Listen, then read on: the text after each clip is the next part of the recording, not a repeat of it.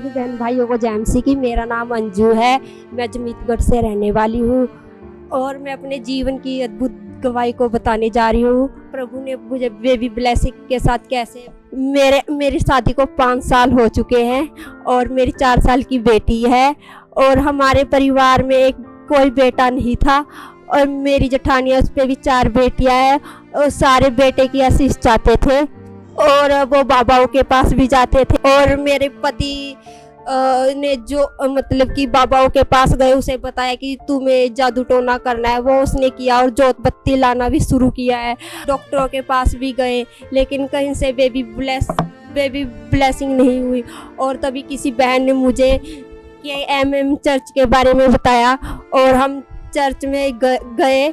जिनके पास बच्चे नहीं है, जिनके पास बेटे नहीं है, उन्हें परमेश्वर बेटे के साथ आशीष देने जा रहे हैं। हम उसे रिसीव करते थे।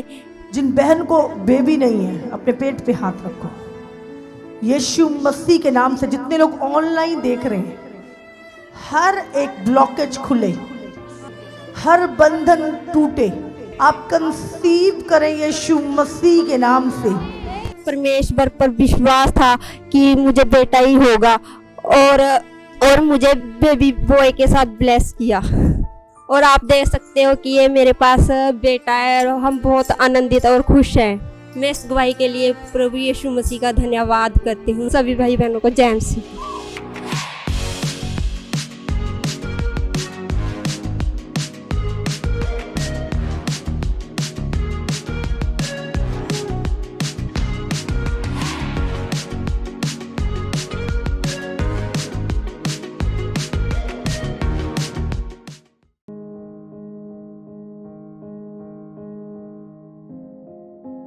सब भाई बहनों को जय मसीह की। मेरा नाम मलकीत कौर है, मैं पिंड जमीतगढ़ की रहने वाली हूँ और मैं आज अपने जीवन की वो बड़ी गवाही बताने जा रही हूँ जो परमेश्वर ने मेरे जीवन में किया। कि मेरे गर्दन में दोनों साइड ने गिल्टियाँ हो गई थी। गिल्टियाँ होने के बाद मैंने डॉक्टर को दिखाया।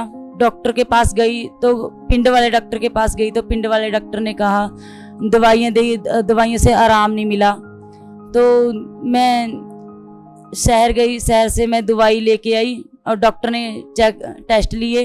टेस्टों के बाद कहा भी 3 दिन की दवाई खाओ, उससे बाद आना। मैं अम्बाला शहर सिविल हॉस्पिटल में गई। रसोलियों के टेस्ट हुए, दोनों साइडें रसोलियाँ थी तो उन्होंने टेस्ट करा। तो टेस्ट से बाद 3 दिन की दवाई दी। 3 दिन से बाद जो रिपोर्टें आनी थी वो 8 दिन बाद आनी थी। तो 8 दिन के बाद हम रिपोर्ट लेने गए और डॉक्टर ने फिर दोबारे ये गांठों को देखा और डॉक्टर ने कहा भी ये रिपोर्टें तो ठीक हैं पर लेकिन ये चीरा दे के निकालनी पड़ेंगी, ऐसे नहीं निकलेंगी ये। धन्यवाद करता हूँ परमेश्वर का। जब हम डॉक्टर के पास गए तो डॉक्टर ने बोला कि ये गिल्टी है इनके दोनों तरफ, इसको चीरा दे के निकालना पड़ेगा। तो बोला कि पहले दवाई खा के देख लो थोड़े दिन की। दवाई खाई तो उससे कोई फ़र्क नहीं पड़ा। बोला कि चीरा ही देना पड़ेगा। बोला कि टेस्ट करवा लो आप इसके। टेस्ट करवाए तो बोला कि हाँ गिल्टी है, इसको निकालना पड़ेगा। बोला कि छाती पे भी करवा लो। छाती पे एक्सरा करवाया इसका।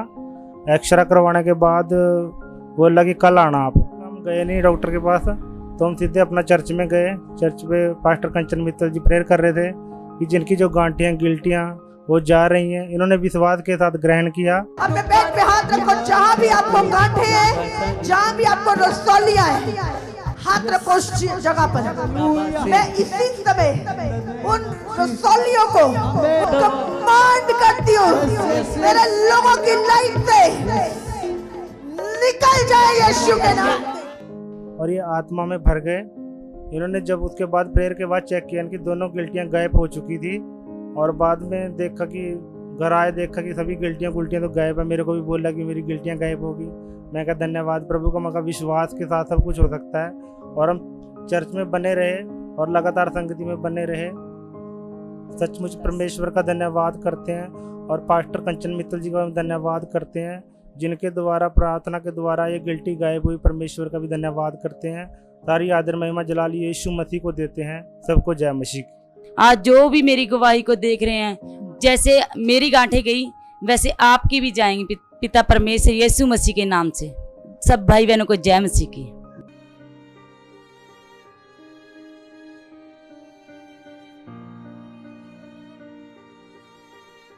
सभी भाई बहनों को जय मसीह की।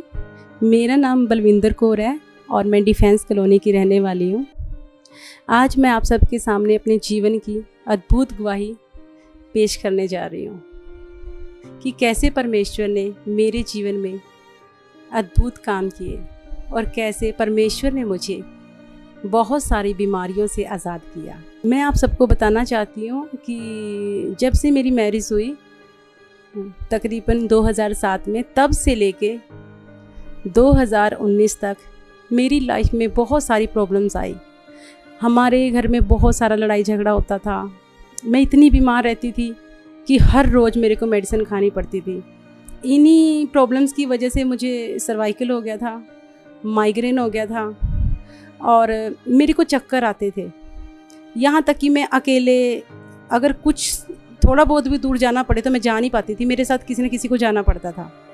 मीन्स ये दिक्कत रहती थी कि कहीं चक्कर आके हम गिर ना जाएं। और मैं नहीं जानती थी कि ये प्रॉब्लम क्यों होती है, लेकिन मैं सारा दिन बस अपसेट रहती थी और जैसे कहते हैं कि डिप्रेशन में चला जाता है इंसान, कुछ इस टाइप से। जब मैं डॉक्टर के पास गई तो डॉक्टर मेरे को बोलते थे कि ये दवाइयाँ आपको हमेशा खानी पड़ेंगी, और यहाँ तक कि मैं हर महीने या 2 महीने बाद एडमिट होती थी। हम इतना ज़्यादा दवाइयों पे पैसा लगा चुके थे, इतना ज़्यादा कि खुद मुझे याद नहीं है कि हम कितना पैसा लगा चुके हैं। और जहाँ कोई कहता था हम वहीं जाते थे ताकि हमें आराम मिल जाए, लेकिन फिर भी फ़र्क नहीं पड़ा। तो जब डॉक्टर ने हमें बेड रेस्ट बोला तो उस दौरान हम जब बेड पे होते थे तो सारा काम मम्मी जी करते थे। उस समय मुझे ये महसूस होता था कि सच में कि अगर ज़िंदगी हो ना तो बस अच्छी हो, अदरवाइज़ ऐसे बीमारियों में घुट घुट के जीने का कोई फ़ायदा नहीं है। क्योंकि मैं बहुत परेशान हो चुकी थी। मैं उधर से मम्मी जी और की तरफ से भी सुनती थी और आस पड़ोस में भी सब लोग बोलते थे कि ये सारा दिन बीमार रहती है, ये ठीक नहीं रहती, और जब ये खुद ठीक नहीं रहती तो औरों की क्या सेवा करेगी। दवाई से कोई फ़र्क नहीं पड़ा, पर जब डॉक्टर बोलते थे कि ये तो सारी ज़िंदगी आपको दवाई खानी पड़ेगी, मीन्स मन नहीं करता था जाने का, लेकिन शरीर इतना बेबस हो जाता था, इतनी मजबूर हो जाती थी ना कि जब चक्कर आते थे, चक्कर के मारे कई बार वॉमिटिंग भी होने लग जाती थी कि शरीर को दूसरे पे डिपेंड। कई बार डैडी जी लेके जाते थे, कई बार मम्मी जी लेके जाते थे, मतलब खुद चलने का भी सहारा नहीं रहता था, इतनी लाचार हो जाती थी मैं। और उस टाइम बस एक बेबसी के मारे अंदर रोना आता था।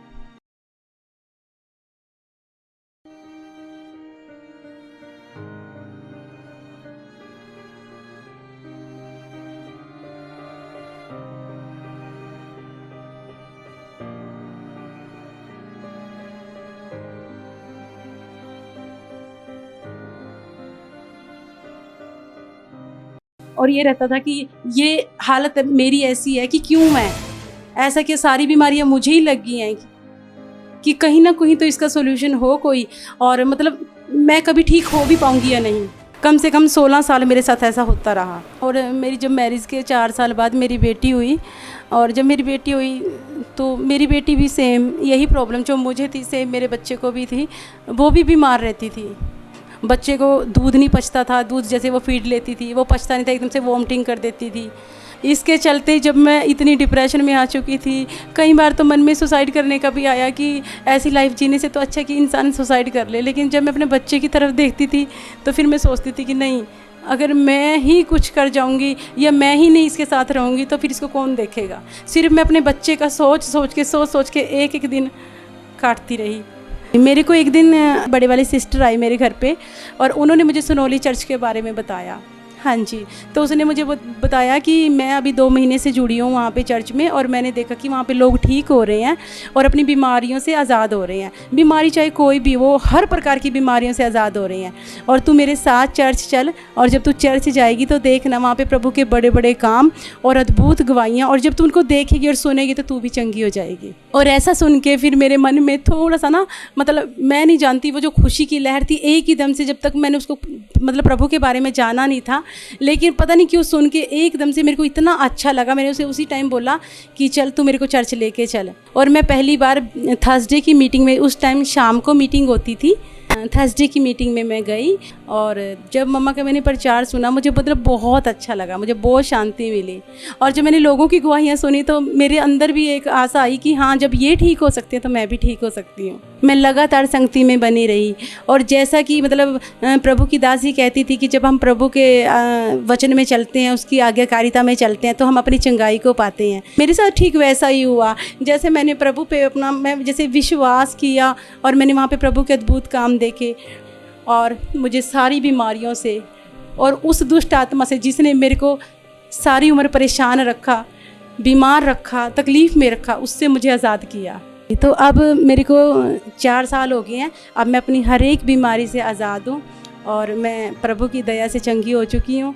और सबसे बड़ी खुशी की बात है कि मेरे साथ साथ मेरी बेटी भी 4 साल से उसने भी कोई टेबलेट नहीं खाई और वो भी बिल्कुल आज़ाद है और हम प्रभु में बने हुए हैं, प्रभु की संगति में बने हुए हैं। आप सभी देख सकते हैं कि ये मेरी बेटी है दिव्या ज्योत और जब से ये पैदा हुई थी ये तब से बीमार रहती थी। इसको खाया पिया कुछ नहीं पचता था, कभी इसको फीवर होता था, कभी कोल्ड होता था। मीन्स जैसे मैं डॉक्टरों के पास चलती थी, हर रोज़ इसको लेके जाना पड़ता था, लेकिन समझ नहीं आ रही थी कि प्रॉब्लम क्या है। हाँ जी, लेकिन जैसे ही हम प्रभु में आए और मैं दुष्ट आत्मा से आज़ाद हुई, हर एक बीमारी से आज़ाद हुई, प्रभु ने मुझे चंगा किया। तो सेम वही अनुग्रह, वही अभिषेक, परमेश्वर की महिमा और परमेश्वर की दासी के द्वारा मेरी बेटी पे आया और मेरी बेटी भी उस दिन से लेके आज तक बिल्कुल चंगी हो चुकी है, वो बिल्कुल ठीक है और इसने भी आज तक किसी टेबलेट की ज़रूरत नहीं पड़ी। अब मैं आपके सामने अपने जीवन की दूसरी अद्भुत गवाही शेयर करने जा रही हूँ कि कैसे परमेश्वर ने मेरे जीवन में अद्भुत काम किया।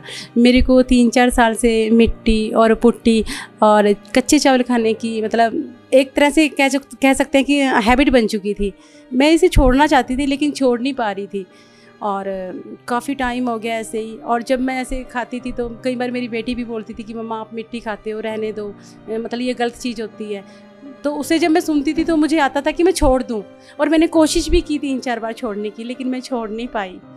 तो फिर जैसे ही मतलब प्रभु के वचन में लिखा है कि जब तुम प्रभु से मांगते हो तो प्रभु तुम्हें देता है, तो ठीक उसी प्रकार मैंने प्रभु के वचन को याद किया और मैंने एक दिन उपवास रखा इस चीज़ के लिए ना।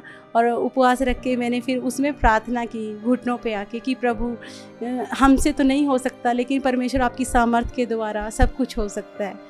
कि परमेश्वर आप यही चीज़ कि जो मैं जैसे मिट्टी पुट्टी और कच्चे चावल में खाती हूँ, इस हैबिट को छोड़ने के लिए आप अपनी दासी से बात करें। और खुदावंद खुदा मैं विश्वास करती हूँ कि जब आपकी दासी परमेश्वर खुदा मेरे लिए प्रार्थना करेंगी तो परमेश्वर खुदा मैं इस बीमारी से आज़ाद हो जाऊँगी और मेरी ये हैबिट जाएगी, पक्का जाएगी। मुझे विश्वास था क्योंकि जब मेरे परमेश्वर ने इतने बड़े बड़े अद्भुत काम मेरे जीवन में किए तो ये कैसे रह सकती है, नहीं रह सकती।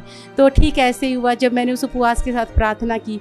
अगले ही संडे जब हम प्रभु के भवन में गए प्रभु की महिमा करने के लिए, तो उस दिन प्रभु की दासी पास्टर कंचन मित्तल मम्मा ने बोला कि जिन लोगों को मिट्टी पुट्टी और कोयला कच्चे चावल स्मेल लाती है गंदी चीज़ों की, वो लोग आगे आ जाएं, आज प्रभु ने डिलीवर करने जा रहा है। और सच में जब मैंने प्रभु की दासी के मुंह से ये वर्ड सुने कि सच में परमेश्वर ही है जो हमारे मनों को और हृदयों को जांचता है और अब हम इस मतलब दुष्ट आत्मा से भी आज़ाद हैं और अब हम प्रभु में आनंदित हैं, खुश हैं और प्रभु की महिमा करते हैं और अपने जीवन में हर एक बात के लिए पहला स्थान परमेश्वर को देते हैं।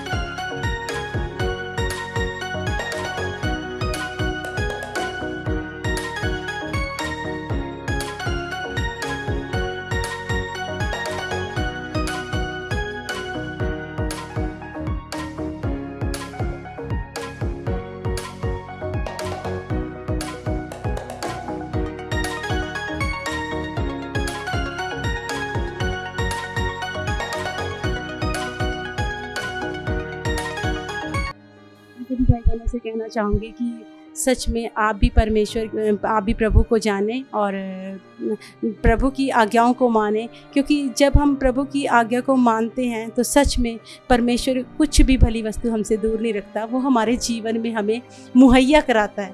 और वो इतना आनंद देने वाला परमेश्वर है कि उसके साथ रहने के बावजूद हमें किसी और की ज़रूरत ही नहीं पड़ती। हम परमेश्वर में बहुत आनंदित हैं। प्रभु यीशु का धन्यवाद करती हैं और पास्टर कंचन मित्तल मम्मा का भी धन्यवाद करती हूँ कि जिन्होंने हमारे लिए प्रार्थनाएं की और हमें दुष्ट आत्माओं से और बीमारियों से आज़ाद किया। सबको जय मसीह की। मुस्लिम भाई बहनों की जय मसीह की। मैं हिमाचल की रहने वाली हूँ।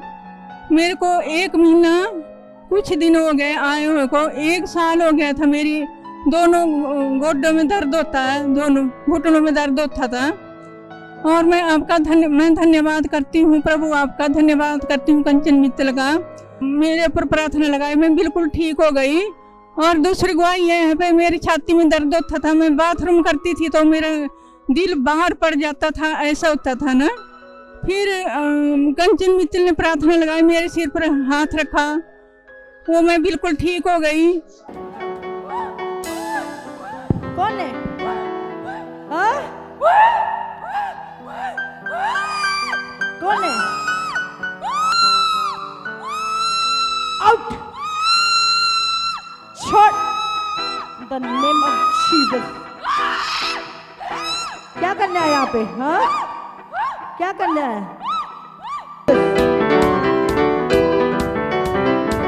कहीं बाद काम करना होता था मेरे को, तो मैं चौकड़ी लगा करती थी काम, मेरे से नहीं हो जाता था। अब मैं सारा काम कर लेती हूँ और मैं बिल्कुल ठीक हो गई हूँ। धन्यवाद करती हूँ मैं यीशु मसीह का और धन्यवाद करती हूँ मैं कंचन मित्तल का। जय मसीह की।